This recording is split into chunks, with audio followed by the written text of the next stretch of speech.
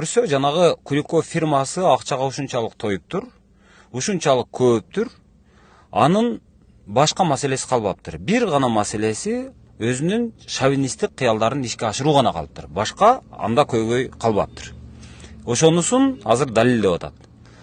Кыргызстандын жараны барып, Кыргызстандагы дүкөндөрүндө бизди кыргызча тейлеп койбойсуңбу деген үчүн аны 9 ай соттон сотко сүйрөптүр. Көрсө кабат адвокаттарды жалдап, сот тергөөчүлөрдү дагы сатып алып кое турган акчасы бар окшойт.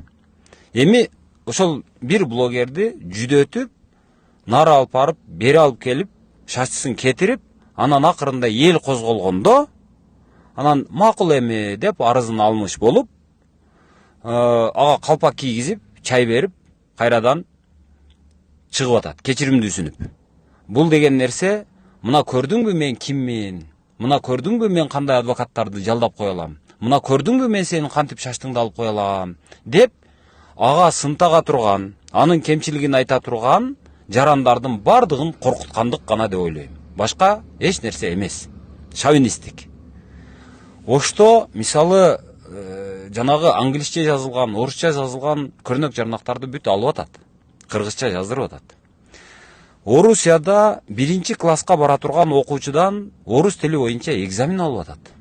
А бул жакта кадимкидей бакыйган бизнестен саламатсызбы деп коюңчу мага деген киши соттолуп кетип атат. Бул не заманда жашап атабыз? Бул не болуп атат дейм да. Эми ошол Куликовдун ошондой шовинисттик маанайына суу чачып, бир аз эсине келтирип кое турган Кыргызстанда бир да орган жокпу? Жок дегенде жана тил комиссиясы барып бир механизм колдонуп кое албайбы? Ошону эсине келтирип кое турган эч ким жокпу? Бул деген кадимкидей эле коркутуу да бул.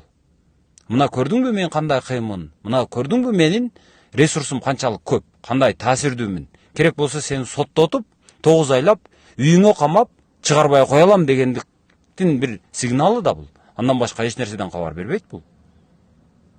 Эми ошол 9 ай соттолгон баланы эл козголгондо гана чакырып, калпакты кийгизип, чайдан берип, кайрадан мен силерди кечирдим деп жоомартсынып